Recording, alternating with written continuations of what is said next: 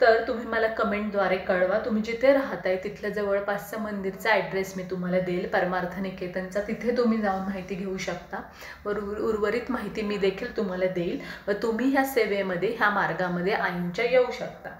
तर ही मी आत्ता तुम्हाला अत्यंत थोडक्यात सांगितली माहिती.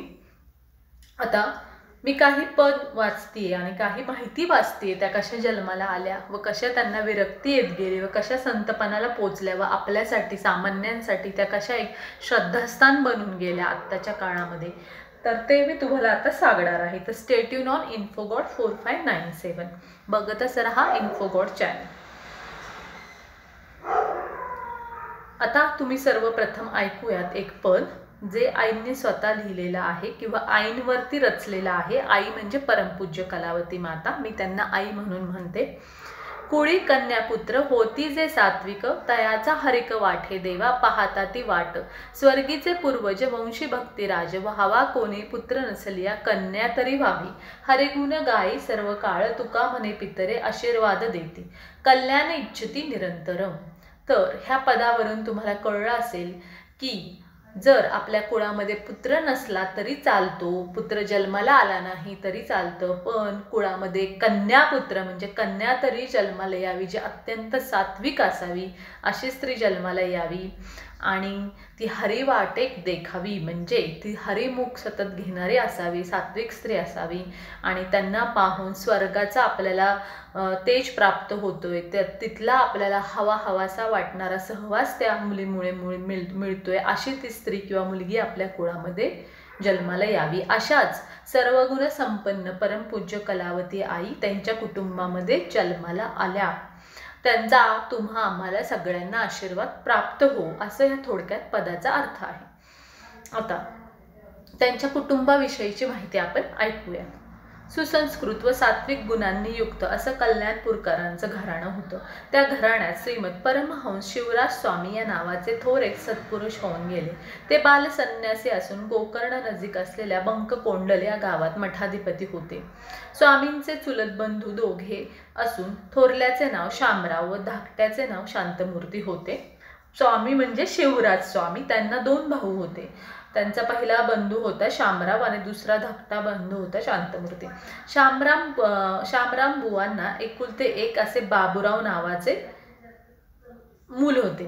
बाबूराव वयात आल्यानंतर त्यांचे वडील निवर्तले. शांतमूर्तींनी संतती नसल्यामुळे बाबूरावांना पुत्र मानले. बाबूरावांचा स्वभाव अत्यंत साधा होता, मनमिळाऊ गोड होता. बाबूरावांचं लग्न शांतामूर्तींनी केले. त्यांच्या पत्नीचे नाव होते सीताबाई. या सत्यवान निष्ठ, सत्यनिष्ठ, परोपकारी, मेहनती, गुणी व पतिनिष्ठ अशा स्त्री होत्या सीताबाई. लग्नानंतर त्यांना 8 वर्ष झाले पण संतती झाली नाही. 1907 मधील श्रावण मासात सुपुत्र प्राप्तीच्या अपेक्षाने बाबूराव सहस्त्रलिंगार्चनास आरंभ केला. त्याची समाप्ती दुर्गाष्टमीच्या दिवशी केली. त्याच रात्री मी तुझ्या वंशात जन्मार घेणार आहे असं बाबूरावांना देवाने दृष्टांत दिला. दुर्गाष्टमीच्या दिवशी म्हणजे माता दुर्गांनीच. पुढे त्यांना लवकरच त्याची प्रचिती देखील आली जीवनामध्ये. शुद्ध बीजापोटी फळे रसाळ गोमटी या तुकाराम भक्तीप्रमाणे 1908 मधल्या ऋषीपंचमीच्या दिवशी ब्राह्मण मुहूर्तावरती या जोडप्याला एक कन्यारत्न झालं. म्हणजेच त्या होत्या परमपूज्य कलावती आई. 1908 मधल्या ऋषीपंचमीच्या ब्राह्मण मुहूर्ताच्या दिवशी परमपूज्य कलावती आईंचा जन्म गोकर्ण ह्या क्षेत्री झालेला आहे आणि गोकर्ण पण महाराष्ट्र आणि कर्नाटकच्या बाउंड्रीवर आहे. त्यामुळे आईंना मराठी व कन्नड हे दोन्ही कल्चर अवगत होतं, पण त्यांचं जे कुटुंब होतं ते मराठी कुटुंब होतं. तिचे 12व्या वर्षी रुक्माबाई असे नाव ठेवले. 12व्या दिवशी रुक्माबाई हे नाव ठेवण्यात आलं. परमपूज्य कलावती आईंचं खरं नाव जे आहे पेरेंट्सने त्यांच्या दिलेलं, आई वडिलांनी, ते रुक्माबाई होतं. बाबूराव लाडक्याने तिला बाळ म्हणून हाका मारत. पहिलेच अपत्य असल्याने मुलगा व्हावा अशा इच्छेला धक्का बसला होता. त्यामुळे ती उभयता प्रथम नाराज झाली. पण पुढे बाळचे अलौकिक गुण प्रकट होऊ लागले. तशी तिची बुद्धिमत्ता, आहार विहार व तिचे वागणे सर्वांपेक्षा निराळे वाटले.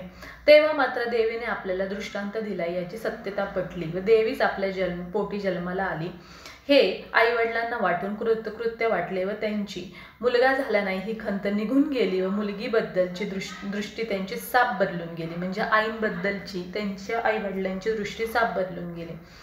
याबद्दल त्यांनी देवीचे तर आभार मानलेच. पुढे तपश्चर्येला संतुष्ट होऊन आपल्याला दुर्लभ असे फळ दिले देवीने, ह्यावर ते कृतकृत्य झाले व देवीचे देखील त्यांनी आभार मानले. खरोखरच मोठे भाग्यवान आहोत असे वाटले.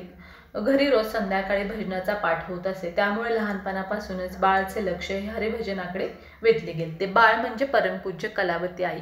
ह्या त्यांच्या घरी नेहमी पाठ व्हायचा, तर आपोआपच त्यांचं लहानपणीच खेळण्याच्या ऐवजी हरिभक्तीकडे भजनाकडे लक्ष वेधलेलं होतं. त्यांना राम, कृष्ण, दत्त, गणपती, मारुती या मूर्ती आवडत. कृष्णाची मूर्ती त्यांना अत्यंत आवडे, त्यामुळे मध्यभागी कृष्णाची मूर्ती ठेवून इतर बाजूस त्या मूर्ती ठेवायच्या व त्या खेळत असायच्या.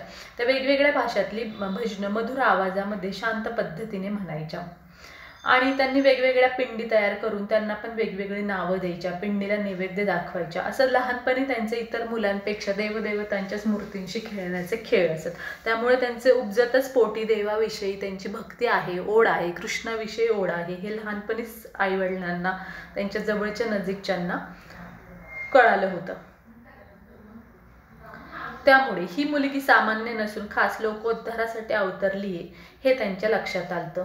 ती 18व्या वर्षातच तुमच्यापर्यंत राहील, त्यानंतर विरक्त होईल आणि दूर होईल. आपल्या रसाळ वाढीने साऱ्या जगाला आपरेसे करेल असं एका भविष्यकर्त्याने त्यांना सांगितलं होतं लहानपणी त्यांच्या आईवडिलांना. तेव्हापासून श्री पूर्णानंदाकडून मिळालेला तो गोपाळकृष्ण हेच रुक्माबाईंचं सर्वस्व होऊन गेलं. वयाच्या 7 ते 14 वर्षापर्यंत तिला आलेला लाभ म्हणजे गोकर्णासारख्या पवित्र क्षेत्रात वास, घरातील नियमित भजन, वरचेवर संतांचा सद्भावनांचा बोध श्रवण, श्री गोपाळकृष्णाच्या मूर्ती ग्रंथपठन याने त्यांचा दिवस जात असे. दिवसेंदिवस अध्ययन प्रगती, सद्ग्रंथांची प्रगती, पारायणे आईंची होत असत आणि ही पूर्वतयारीच त्यांची लहानपणापासून होऊन गेलेली. ईश्वरी संकटानुसार 15व्या वर्षी रुक्माबाईंचा विवाह दक्षिण कर्नाटकातील कडलूर जिल्ह्यात राहणारे पोलीस इन्स्पेक्टर श्री राजगोपाळ मल्लापुरे यांच्यासोबत झाला. बाबूरावांच्या सूचनेने वऱ्हाडीत मंडळी गोकर्णहून आपल्या गावी जात असताना हुबळीला उतरून श्री सिद्धारूढ स्वामींच्या दर्शनार्थ गेली. त्यावेळी नवदाई दाम्पत्यावर स्वामींचा अनुग्रह झाला. त्या क्षणापासून रुक्माबाई हरिध्यानात अधिकच निमग्न राहू लागल्या. त्यांचे सासरचे वागणे स्त्रियांना अत्यंत आदर्शभूत असेच होते. रुक्माबाई वयाच्या 17व्या वर्षी एक मुलगा झाला, 19व्या वर्षी दुसरा मुलगा झाला. 8 महिन्याचा पोटात असताना एकाएकी हृदयविकाराच्या झटक्याने त्यांच्या पतिदेवांचे म्हणजे परमपूज्य कलावती आईंच्या पतींचे निधन झाले. या महान आपत्तीचा त्यांच्या मनावरती खोल परिणाम झाला. पती गेले व वैधव्य आले हे परमपूज्य कलावती आईंना म्हणजे रुक्माबाईंना सहन झाले नाही. पतीचे धर्मराज्य संपले तेव्हा आता आपण जाऊन उपयोग नाही. हाताश होऊन हृदयाजवळच्या मैदानातील ह्या झालेल्या त्यांच्या ओशाळलेल्या हृदयाने घराजवळच्या मैदानाजवळ एका विहिरीत त्या आत्महत्या करायला प्रवृत्त झाल्या. त्या समयी तिथे एक जटाधारी पुरुष प्रकट झाला व म्हणाला, माई थांब, आत्महत्या करण्याकरता तू जन्माला आली नाहीस. जीव देणाऱ्या ना वाचवण्यासाठी तुझा जन्म आहे. तुझ्या हातून लोकोद्धाराचं कार्य व्हायचं आहे. तू थोर कार्य जनांसाठी करणार आहे. लवकर तू हुबळीला जा. सिद्धारूढांच्या कृपेने तू सुखरूप होशील. इतके सांगून तिथून अदृश्य झाला. आईंना त्यांचे पती गेलेले सहन झाले नव्हते व त्या अत्यंत दुःखी झाल्या होत्या की तरुण वयामध्ये 2 मुलं पदरात असताना त्यांना वैधव्य आलं, पती गेला, तर आता पतीनंतर आपण जगून करायचं काय, म्हणून त्यांनी आत्महत्या करण्याचा विचार केला. पण एका जटाधारी पुरुषाने त्यांना दृष्टांत देऊन आत्महत्येपासून त्यांना हे केलं, विरक्त केलं की परावृत्त केलं, करू नकोस आणि अशा सिद्धारूढ महाराजांचा जो हुबळीला मठ आहे तिथे जा. आणि त्या क्षणापासून रुक्माबाईंचं मन हे सिद्धारूढ महाराजांची कधी एकदा भेट होईल व कधी एकदा आपण त्यांच्या चरणाला शरण जाऊ असं झालं. आणि तिथून पुढे हळूहळू कुणालाही न सांगता आईंचं मन हे सिद्धारूढ महाराजांच्या मठाकडे जाण्याला तयार झालं. एका महिन्यातच कोणालाही न सांगता लहानग्या मुलांना सोडून आई एकाएकी घर सोडून हुबळीला प्रस्थान झाल्या. स्वामींच्या जेव्हा प्रथम दर्शन घडले तेव्हा रुक्माबाईंना उद्देशून स्वामी म्हणाले, म्हणजे सिद्धारूढ स्वामी म्हणाले, सिद्धारूढ महाराज हुबळीचे, आलीस, तुझीच वाट पाहत होतो. म्हणजे सिद्धारूढ महाराज जे परमपूज्य कलावती आईंचे गुरु आहेत त्यांना माहिती होतं की रखमाबाई ह्या त्यांना शरण येणार आहेत व त्या आल्यानंतर पहिल्याच भेटीत सिद्धारूढ महाराज परमपूज्य कलावती आईंना म्हणजे रखमाबाईंना म्हणाले, आलीस, मी तुझीच वाट बघत होतो. व पुढे स्वामींच्या आज्ञेनुसार त्या मठात राहून त्यांनी सेवा केल्या. रखमाबाईंची तपश्चर्या खरंच असामान्य होती. नेसायचं लुगडं एकच आणि आंघोळीच्या वेळी त्याचा अर्धा भाग त्या धुवून वाळवीत व आंघोळ झाल्यावर दुसरा भाग नेसून दुसरा अर्धा भाग धुवून वाळवून त्या नेसत असत. असं त्या नेसत्या वस्त्रांनिशी मठात गेलत्या. अत्यंत कष्टामध्ये हालाकीमध्ये अत्यंत मनोभावे त्यांनी उपासना केली, सेवा केली हुबळीच्या मठामध्ये सिद्धारूढ महाराजांचा. आणि त्यांच्या जिभेवर सतत ओम नमः शिवाय हा मंत्र घोळत असायचा. त्यांनी मंत्राला, उपासनेला व सिद्धारूढ महाराजांच्या चरणाला जवळ केलं होतं. त्यांचा आहाराकडे, निद्रेकडे कशाकडेच लक्ष नव्हतं. त्यांचं हे विषयातून मन सुट्ट झालं व फक्त हरिभक्तीमध्ये, श्रीकृष्णाच्या भक्ती, सिद्धारूढ महाराजांच्या भक्तीमध्ये त्या मग्न झाल्या होत्या. त्यानंतर पुढे त्यांनी सिद्धारूढ महाराजांकडून अनुग्रह घेतला व सिद्धारूढ महाराजांनी त्यांना अनुग्रह देऊन दीक्षा देऊन त्यांची उपासनेची त्यांना सांगितलं की इसवी सन 1928च्या दसऱ्याच्या दिवशी स्वामींनी सिद्धारूढ स्वामींनी कृपादृष्टी केली व त्यांना कलावती हे नाव दिलं. कलावती देवी की रखमाबाई ह्या नावाने तो ओळखली जाणार नाही, तर कलावती ह्या देवी नावाने तो ओळखली जाशील आणि तू निरूपण कर व तू जगामध्ये फिरून पूर्ण महाराष्ट्र, भारतामध्ये, कर्नाटकमध्ये फिरून तुझे श्रीकृष्णावरचे अभंग, निरूपण, भजन करून लोकांना तू परमार्थाकडे वळव, श्रद्धा गोष्टींकडे वळव, म्हणजे भक्तीकडे वळव, असं त्यांनी दीक्षा दिली सिद्धारूढ महाराजांनी. सिद्धारूढ महाराजांनी दिलेल्या दीक्षानुसार परमपूज्य कलावती आई 1929 साली श्रावणातील पहिल्या सोमवारी मी लवकरच आता समाधी घेईल व त्यानंतर तुला हे कार्य पुढे न्यायचं आहे असं सांगितलं व साधना अभ्यास चालू ठेवायचा आहे तुझा व लोकोद्धार करायचे. आणि हुबळीमध्ये सिद्धारूढ महाराजांनी पुढे सांगितल्यानुसार समाधी घेतली व गुरु आज्ञेनुसार सिद्धारूढ महाराजांच्या परमपूज्य कलावती आईंनी आयुष्यभर निरंतर लोकोद्धारासाठी प्रचार प्रसार केला. श्रीकृष्णाच्या भक्तीचा, सिद्धारूढ महाराजांच्या भक्तीचा साधना अभ्यास सुरू ठेवला व तुमच्या आमच्यासाठी त्यांनी अनेक भजनं व विविध पुस्तकं लिहून ठेवलेले आहेत. लाईक सुबोध भाणू आहे, त्रिवेणी संगम आहे, श्रीकृष्ण प्रताप आहे, नित्योपासना आहे, बालोपासना आहे, दररोजची भजनं आहेत. त्यानंतर त्यांचं स्वतःचं आईंचं चरित्र आहे, सिद्धारूढ वैभव हे चरित्र आहे. अशा प्रकारे वेगवेगळी बुक्स आईंनी लिहून ठेवली व ती आपल्यासाठी अत्यंत आदर्शकृत व अत्यंत प्रभावी असे आहेत आपल्या जीवनामध्ये. आणि आपण जर परमार्थ निकेतनमध्ये गेलो तर तिथे ह्या सगळ्याची सेवा आपल्याकडून आपोआपच घडते व आपोआपच आपलं मन जे आहे ते भक्ती मार्गाकडे वळतं, श्रीकृष्णाच्या भक्तीकडे वळतं, परमपूज्य कलावती आईंच्या मार्गात वळतं, सिद्धारूढ महाराजांच्या चरणी लीन होतं. त्यामुळे मी तुम्हाला सांगू इच्छिते की तुम्ही एकदा तरी परमार्थ निकेतन तुमच्यापासून जे जवळ असेल परमपूज्य कलावती आईंचं त्याला भेट द्या व ह्या मार्गामध्ये येण्याचा व उपासना करण्याचा प्रयत्न करा.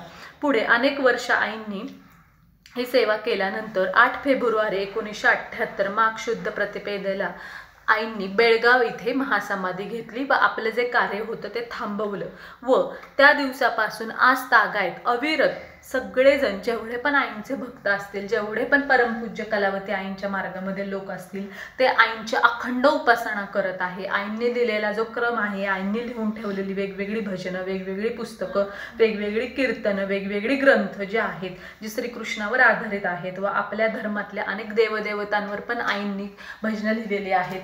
जसा क्रम आईंनी लावून दिलेला आहे, जशी शिस्त परमपूज्य कलावती आईंनी लावून दिलेले आहेत ते प्रत्येक भक्त आईंच्या चरणांपाशी लीन होऊन फॉलो करत आहे. तर मला असं वाटते की तुम्हाला आता परमपूज्य कलावती आईंविषयीची माहिती कळाली असेल. तुम्ही हा व्हिडिओ पूर्ण ऐका, स्किप करू नका व तुम्हाला जर माहिती आवडत असेल तर व्हिडिओला लाईक करा, शेअर करा, सबस्क्राईब करा. इन्फोगॉड चॅनलला तुम्ही मला कमेंटद्वारे कळवा तुम्हाला नवीन कंटेंट कोणता ऐकायचा आहे व नोटिफिकेशन बेल आयकॉन प्रेस करा.